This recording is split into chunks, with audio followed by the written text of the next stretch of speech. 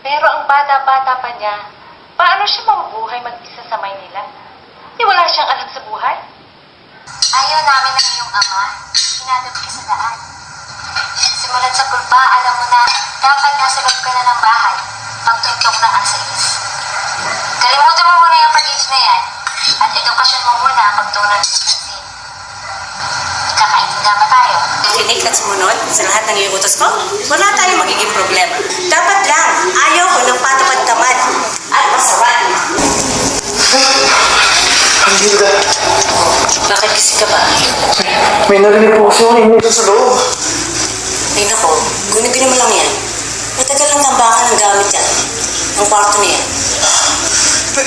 Pero may narinig ako eh. Sige na, matulog ka na. Maaga pa tayo bukas. Wow, very good, Gabriel. Perfect, oh. Salamat po, teacher, kasi po ang galing niyo po magturo eh. Siyempre. Gabriel, may kailangan na magtanong kita. Puro po, teacher. Ito ang biro namin. Sino naman ang biro mo? Ang lahat na lang po na papa. Wow, talaga? As a guidance counselor, I think what we can do now is to give an extension to some rules. Ano?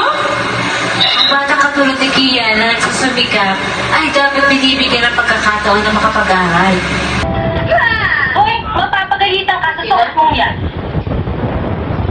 The higher the skirt, the closer to heaven. Bahala ka. Oh, Dora na!